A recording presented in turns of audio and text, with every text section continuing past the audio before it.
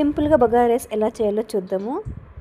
కావాల్సిన మసాలా దినుసులు, స్టవ్ పై బౌల్ పెట్టుకొని ఆయిల్ వేసుకోవాలి. మసాలా దినుసులన్నీ వేసుకోవాలి. పచ్చిమిర్చి వేసుకోవాలి, కరివేపాకు వేసుకోవాలి, అల్లం వేసుకోవాలి.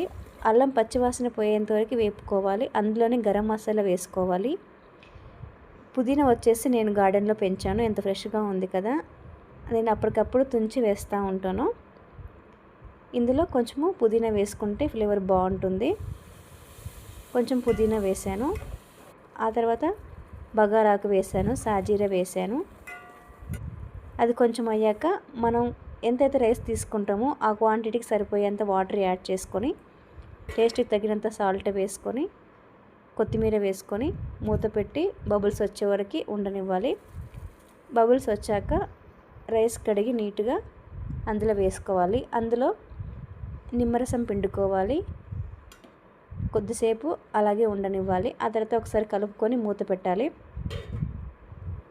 ఒక 10 మినిట్స్ తర్వాత చూస్తే గుమగుమలాడే బగారా రైస్ రెడీ అయిపోతుంది. చూడండి, ఉడుకుతుంటేనే స్మెల్ చాలా బాగా వచ్చింది.